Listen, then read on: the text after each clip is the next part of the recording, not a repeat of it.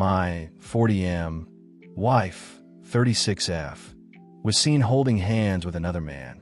My wife, 36F, and I, 40M, have been together 5 years and got married last year.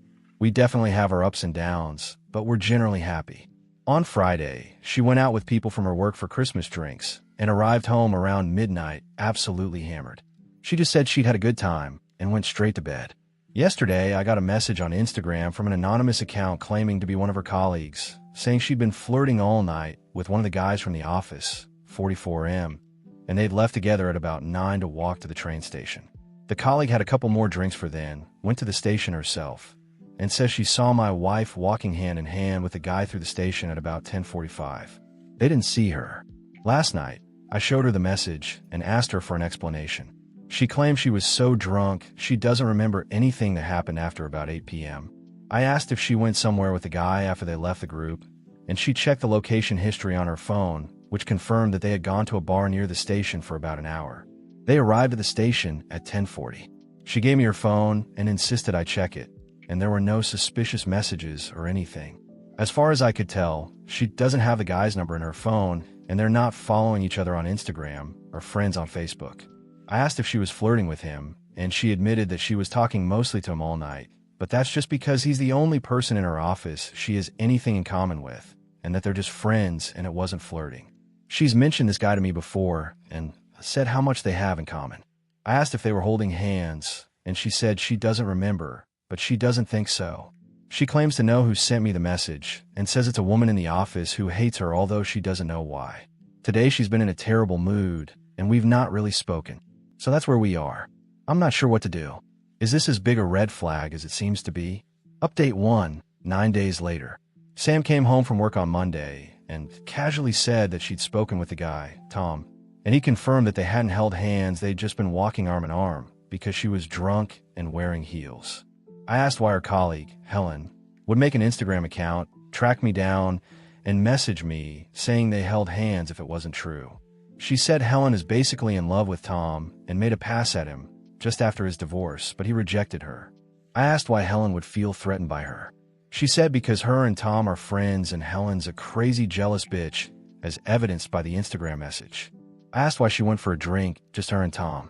She said that according to Tom, they walked past this bar with an amazing live band playing, so they stopped in for a drink. Her only regret was doing too many shots too early and getting shit-faced. The next day, she went shopping after work and came home with a new dress. I asked what the occasion was, and she said her work Christmas party.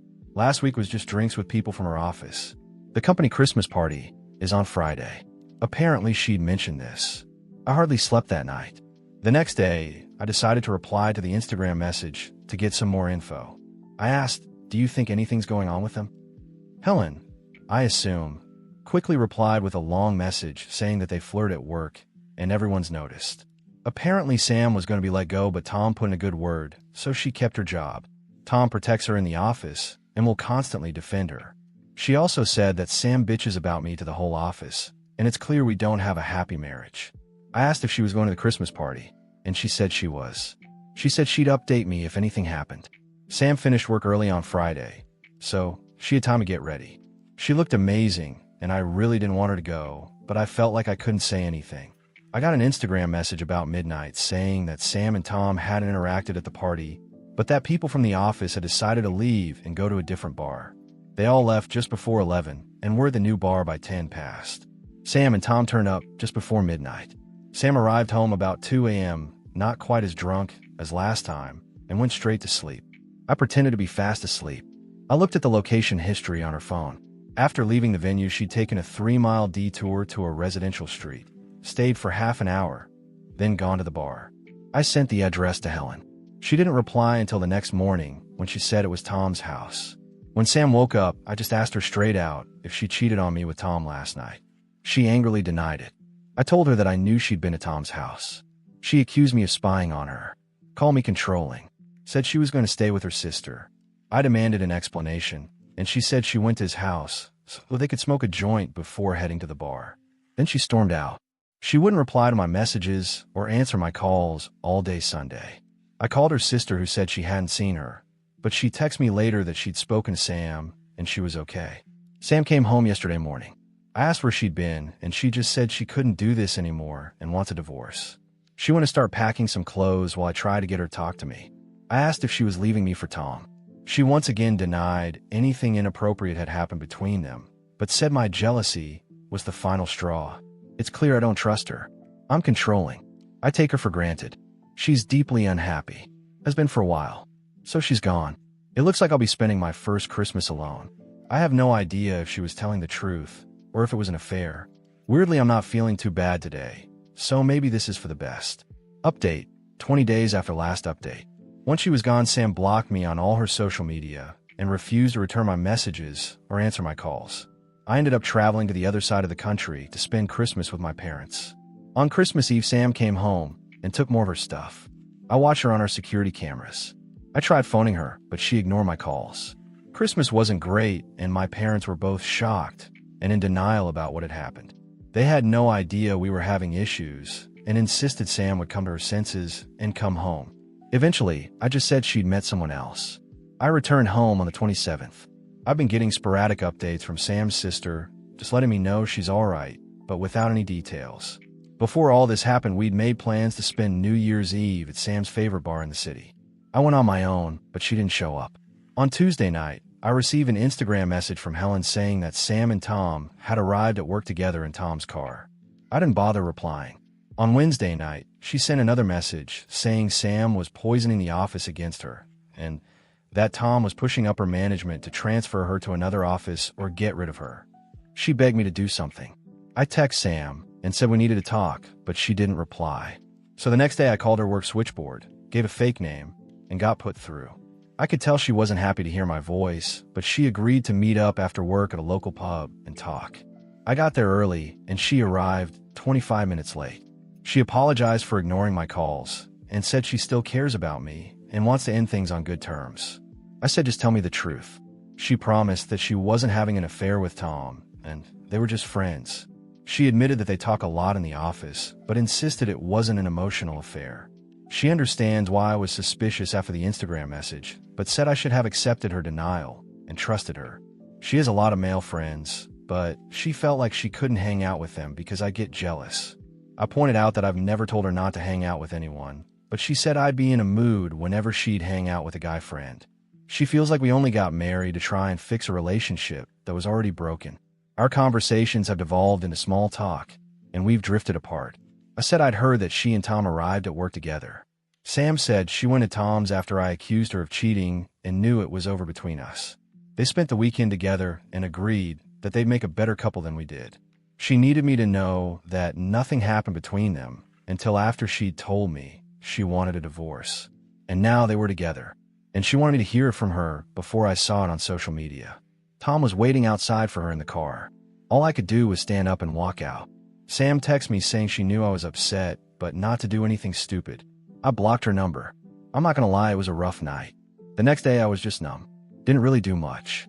Over the weekend I dug out her marriage certificate so I can start divorce proceedings. I've no idea what to say to Helen, so I haven't replied. I think the plan now is to try and find a new job closer to my hometown. I moved across the country to live with Sam, and I've never really felt settled here. I also don't want to run into her and Tom around town. Luckily, we rent. This will probably be my last update, unless something miraculous happens, so thanks for reading. New updates. 4 months after last update. My soon-to-be ex-wife is pregnant and has suggested to her friend that it's mine. The only way this is possible is if she's had our final frozen embryo implanted without my permission. If that's what she's done, then either the IVF clinic haven't asked for my sign-off, or she's somehow convinced them that I've granted permission.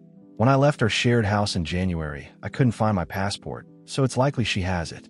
I'm waiting for a call back from the clinic, but I'm freaking out and want to get an idea of the potential consequences. Could she get sent to prison? What will happen to the clinic? What happens when the baby arrives considering the circumstances? We're in England. Thanks. Edit. I've finally spoken to the clinic manager, and it seems this is all down to my own stupidity. When our last embryo didn't take, we signed all the paperwork a few weeks later to do the final transfer. My wife then developed some hormonal issues, so we paused the process until she could get it sorted out. Then for various reasons we decided not to proceed with the transfer, which she told the clinic.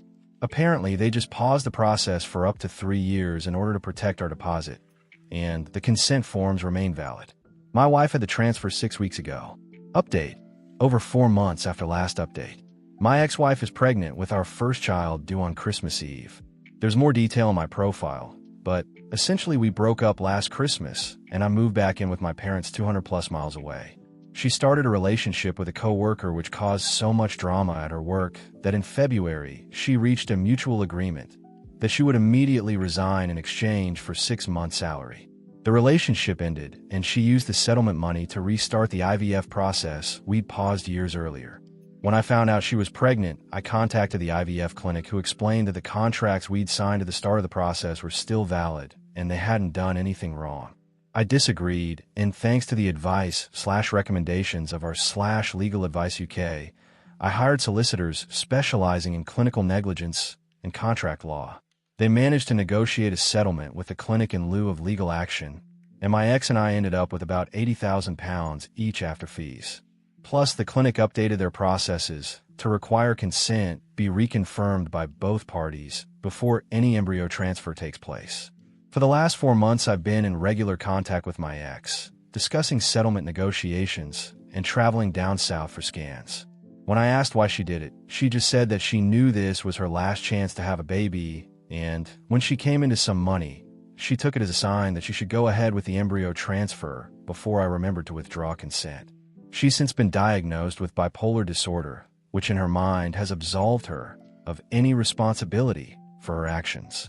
She's desperate for us to get back together and raise our son as a family. I'm not interested in being a couple, but I obviously don't want to be 200 miles away from my son.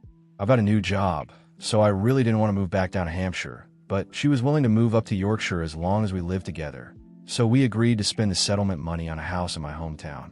I picked up the keys last week, and I've been furnishing/decorating in preparation for us moving in next week. My ex has no friends or family around here and no job. Us living together is going to be super awkward, but once the baby comes, I'm hoping we can get into a co-parenting routine. The new house has 3 bedrooms, so we'll have one each and one for our son. We've agreed not to see other people for at least 3 years. Her request: what's the best way to navigate this situation? We're both very excited to be parents, and I hope I'm making the best of a shitty situation, but it's obviously fraught with potential pitfalls.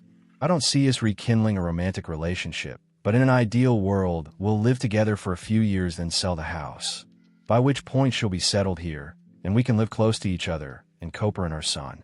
I hope I'm not being unbelievably naive and making a huge mistake. My parents are excited to be grandparents, but they're not keen on the idea of us living together. Update: I'm 41M, about to move back in with my pregnant ex-wife, 37F. How can we make this work? 3 months after last update. To say my last post got a negative response would be an understatement. It was a strange feeling reading all the replies saying what a mistake I was making after putting in so much thought and spending lots of time and effort to get where I was. Someone sent me a link to a TikTok of my previous posts.